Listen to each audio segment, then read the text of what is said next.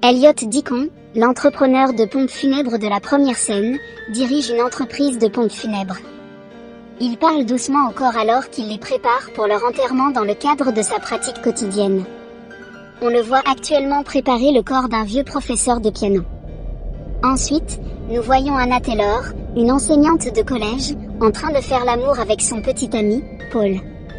Elle semble ne pas s'amuser du tout, même dans cet environnement romantique.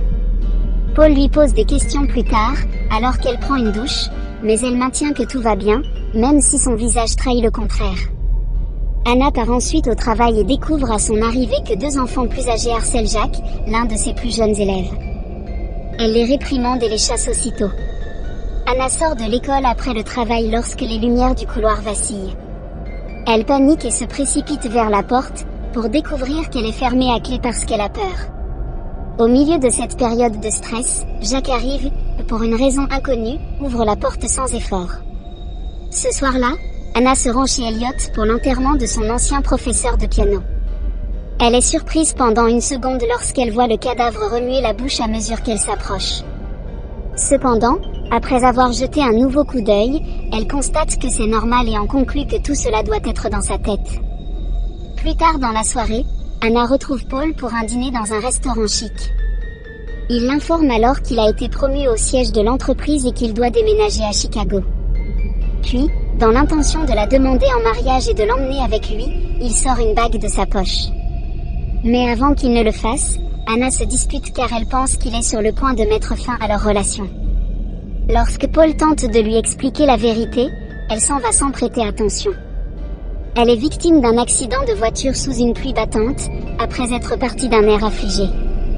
La scène suivante montre Anna dans le funérarium, allongée sur une table d'embaumement, le visage pâle et une plaie sur le front.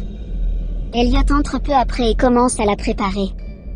Anna ouvre les yeux et demande où elle se trouve alors qu'il continue à la déshabiller.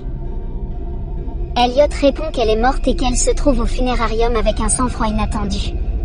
Il l'informe également qu'il y a 8 heures, elle est morte dans une collision avec un camion transportant des tuyaux métalliques. L'entrepreneur de pompes funèbres assure à Anna qu'elle n'est qu'en train de passer dans l'au-delà, mais malgré cela, elle reste effrayée et confuse. Paul, quant à lui, se réveille chez lui et tente à plusieurs reprises d'entrer en contact avec sa petite amie. Mais maintenant qu'Elliot possède les biens d'Anna, il ignore l'appel et les range dans un placard parmi les biens d'autres personnes décédées. Paul se rend chez sa mère pour savoir où elle se trouve, car il n'arrive pas à la localiser. À sa grande surprise, maman lui raconte le terrible accident qui l'a tué. Elle lui reproche également de l'avoir laissé conduire dans des conditions aussi épouvantables. Elliot s'occupe des blessures d'Anna au funérarium, et elle ne comprend pas pourquoi elle ne ressent pas de douleur.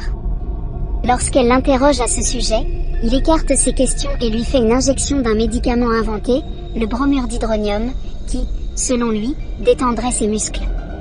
Peu après, la mère d'Anna, qui se déplace en fauteuil roulant, lui rend visite au funérarium. Elle s'adresse au corps d'Anna en sanglotant et demande qui va s'occuper d'elle à présent. Elle veut qu'Elliot teigne les cheveux en noir en prévision de son départ. Plus tard, quand Anna se réveille, elle est la seule personne dans la pièce. Après avoir pris des forces, elle se redresse.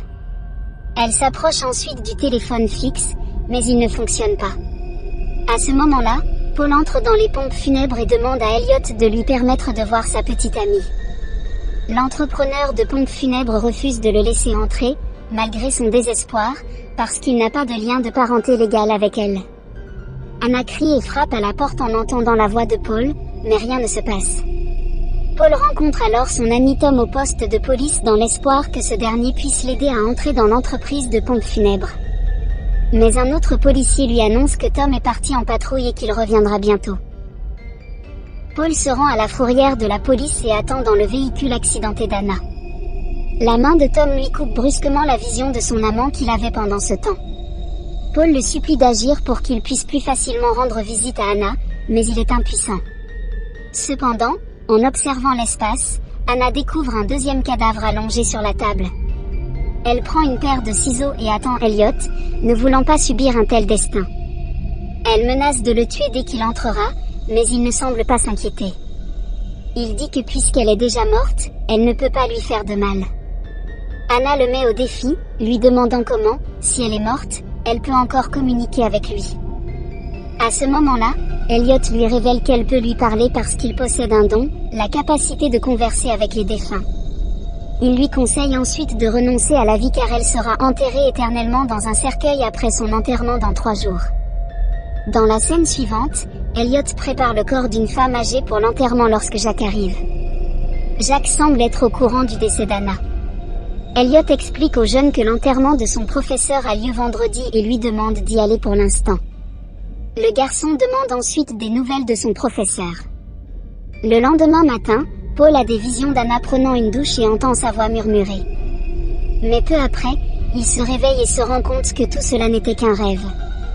Elliot apporte à Anna une robe pour l'enterrement, car il revient entre-temps. Elle prend discrètement plusieurs clés de sa poche pendant qu'il est préoccupé. Plus tard, Anna essaie rapidement de déverrouiller la porte avec les clés volées alors qu'Elliot quitte l'hôpital pour aller chercher un autre cadavre. Elliot découvre qu'il a oublié ses clés alors qu'il s'arrête à une station-service pour faire le plein. Il retourne donc en toute hâte aux pompes funèbres.